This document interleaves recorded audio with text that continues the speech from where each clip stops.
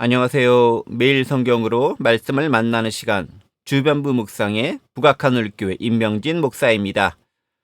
오늘 서울 지역 아침 최저기온 영하 17도, 또 체감온도 영하 26도라고 합니다. 엄청 춥습니다.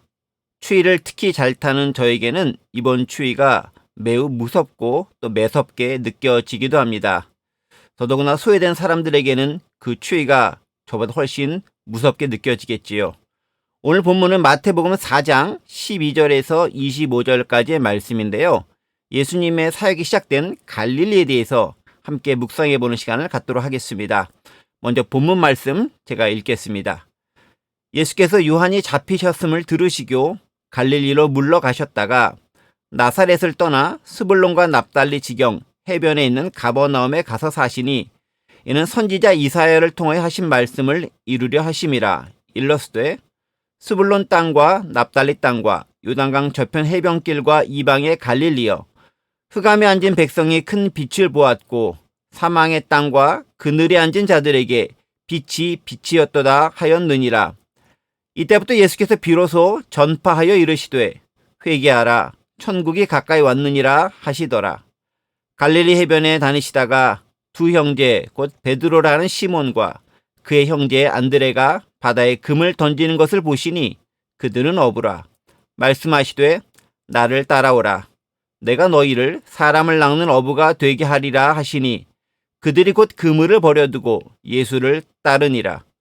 거기서 더 가시다가 다른 두 형제 곧 세베대 아들 야고보와 그의 형제 요한이 그의 아버지 세베대와 함께 배에서 금을 깁는 것을 보시고 부르시니 그들이 곧 배와 아버지를 버려두고 예수를 따르니라. 예수께서 온 갈릴리에 두루 다니사 그들의 회당에서 가르치시며 천국 복음을 전파하시며 백성 중에 모든 병과 모든 약한 것을 고치시니 그의 소문이 온 수리아에 퍼진지라. 사람들이 모두 앓는 자 곧 각종 병에 걸려서 고통당하는 자, 귀신 들린 자, 간질하는 자, 중풍병자들을 데려오니 그들을 고치시더라. 갈릴리와 데가볼리와 예루살렘과 유대와 요단강 건너편에서 수많은 무리가 따르니라. 아멘. 오늘 함께 묵상할 말씀은요, 예수님이 첫 사역을 시작하신 그 장면을 기록하고 있습니다. 요단강에서 세례 요한에게 세례를 받으시고 또 성령에 이끌려 광야에서 마귀에게 시험을 받고 승리하신 후에 비로소 예수님의 사역이 시작되었습니다. 그리고 그 구체적인 시작됨이 된 사건이 바로 세례 요한이 잡혔다라는 소식이 들려온 다음이었습니다. 예수님의 길을 예비하고 준비하는 그 세례 요한의 활동이 마무리된 후에야 비로소 본격적으로 예수님의 활동이 시작된 셈입니다. 그런데 저는 오늘 본문을 보면서 특별히 눈에 들어오는 한 단어가 있었습니다. 그것이 바로 갈릴리라고 하는 지명이었습니다. 여러 번의 문단이 등장하고 있는데요. 그 매 문단마다 이 지명 갈릴리가 계속해서 등장하는 것입니다. 특별히 갈릴리는 예수님 사역에 있어서 매우 중요한 의미를 갖는 그런 지역입니다. 그것은요, 새 시대는 갈릴리로부터 시작된다라는 점을 암시하고 있습니다. 즉, 사역의 첫 시작도 갈릴리였고 부활 승천하신 예수님께서 제자들과 다시 만난 곳도 갈릴리였습니다. 그리고 그곳에서 새로운 시대가 도래했음을 알리기도 하셨죠. 자, 그러고 보면요, 이 갈릴리는 새로움이 시작되는 곳이고 새 시대가 열리는 것이고 변화가 움트는 곳이기도 합니다. 자, 그렇다면요, 이 갈릴리가 갖는 특징이 무엇인지 오늘 본문을 중심으로 조금 생각해 보도록 하겠습니다. 먼저 갈릴리는요, 구약의 예언이 실현된 장소입니다. 본문 14절부터 16절까지는 선지자 이사야의 그 예언의 말씀을 인용한 그런 구절입니다. 이사야 9장 1절과 2절은 이렇게 기록하고 있습니다. 전에 고통받던 자들에게는 흑암이 없으리로다. 옛적에는 여호와께서 스불론 땅과 납달리 땅이 멸시를 당하게 하셨더니 후에는 해변길과 요단 저쪽 이방의 갈릴리를 영화롭게 하셨느니라.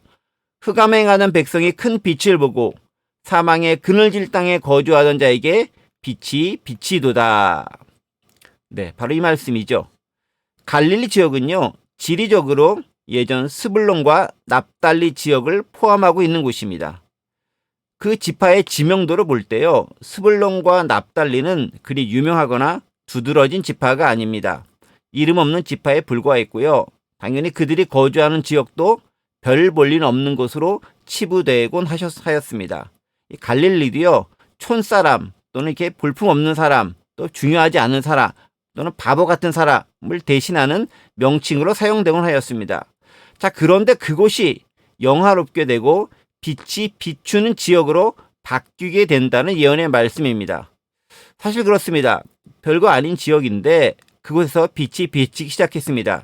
왜 그렇습니까? 이유가 있죠. 바로 예수님의 활동 무대가 그곳이 되었기 때문입니다. 자, 그러고 보면요, 어느 지역이 유명해지는 건 그 지역에서 누가 활동하며 어떤 근거지가 되느냐에 따라 달려 있는 것 같습니다. 예수님이 계시고 예수님이 활동하시고 그분이 활동하던 그 지역이기 때문에 그곳은 세상을 비추는 그런 지역이 되었습니다. 예언의 성취가 이루어지는 것이죠. 자, 두 번째는요, 첫 번째와 연관된 것으로 갈릴리는 당시 정치, 사회, 문화, 종교의 중심지인 예루살렘과 비교해 볼 때 모든 것이 뒤처지고 낙후된 지역이었다라는 점입니다. 여러분, 예루살렘이 특권층이 모여 살던 그런 곳을 대표하는 지명이라면 갈릴리는 소외된 지역이고 하층민이 살던 그런 곳이었습니다. 한마디로 시골 깡촌이었습니다. 예루살렘이 요즘의 서울이라면 갈릴리는 지방 변두리 소도시만도 못하게 취급받던 곳이었습니다. 자, 그런데요, 그곳이 복음의 중심지가 되었고 온 세상을 구원할 예수님의 활동 무대로 변하기 시작합니다. 역전이며 반전이 이루어진 것이죠. 오히려 예루살렘은 어떻습니까? 예수님을 핍박하고 방해하며 복음을 거부한 그런 지역의 대명사가 되어버렸습니다. 자, 세 번째 특징은요, 이 갈릴리는 삶의 현장을 나타내는 그런 말이기도 합니다. 갈릴리, 그것은 어떤 곳입니까? 어부들이 고기를 잡는 바닷가, 호숫가이기도 하며 소작농들이 농사를 짓는 곳이기도 합니다. 하루 벌어 먹고 사는 사람들의 삶의 터전입니다. 그리고 예수님 바로 그곳에서 제자들을 부르시고 말씀을 선포하고 사람들을 가르치시고 병자를 고치시고 귀신을 내어 쫓으신 그런 사역을 감당하십니다. 조용한 강의실이나 연구실에 틀어박혀 앉아서 뭔가를 하는 것이 아닙니다. 사람들과 부딪히며 살을 맞대며 그리고 삶을 살아가는 그 현장으로서의 지역이 바로 갈릴리인 것이죠. 자, 이런 것들을 좀 종합해 보면요, 예수님의 삶과 사역의 지향점과 목표가 무엇인지 짐작해 볼 수 있습니다. 예수님은 결코 사변적이지 않습니다. 그분이 생각이 없다는 것이 아니라 그저 상상하는 것, 생각하는 것만 그치지 않는다는 것입니다. 행동하는 분이셨다는 거죠. 그분은 생활인이었고 실제 삶을 살아가는 사람들의 그 삶에 관심이 많았고 그들의 문제를 해결하며 그들의 맞는 복음을 전하시는 분이셨습니다. 어렵고 힘든 사람들을 특별히 긍휼히 여기셨고 그들의 아픔을 자신의 것으로 받아들이고 그들의 문제에 공감하시는 그런 분이셨습니다. 그뿐 아닙니다. 갈릴리는요, 유대와 이방의 경계 지역이기도 합니다. 갈릴리호수 반대편은 특별히 이방 지역이었는데 예수님은 수시로 그것을 왕래하시면서 복음을 전하기도 하셨습니다. 국수주의를 벗어난 완전 월드와이드, 바로 예수님의 모습이었죠. 자, 그러고 보면 지역 그 자체가 중요한 게 아닙니다. 누가 그곳에 있는가, 어떻게 활동하는가, 그것이 중요한 것이죠. 예수님이 계신 곳은 그곳이 어디이든 멋진 사역이 있었고 은혜와 복음이 흘러 넘쳤습니다. 단지 수적인 부흥의 유혹에서 벗어나기만 한다면 그렇게 할 수 있는 것이죠.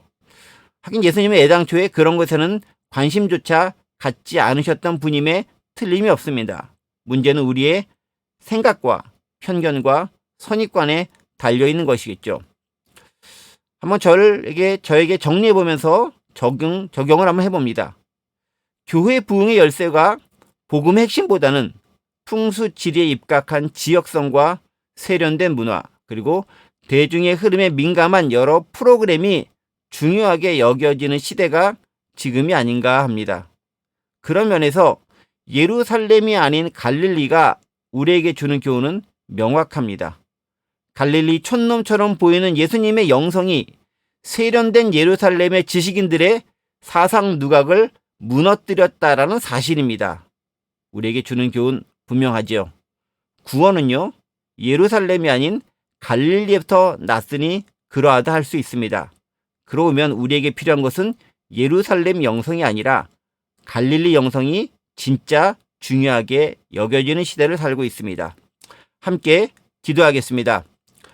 하나님 아버지, 보잘것없는 갈릴리보다 갈릴리에서 멋지고 화려한 그 예루살렘보다 하나님의 은혜가 넘쳐났던 것을 기억합니다.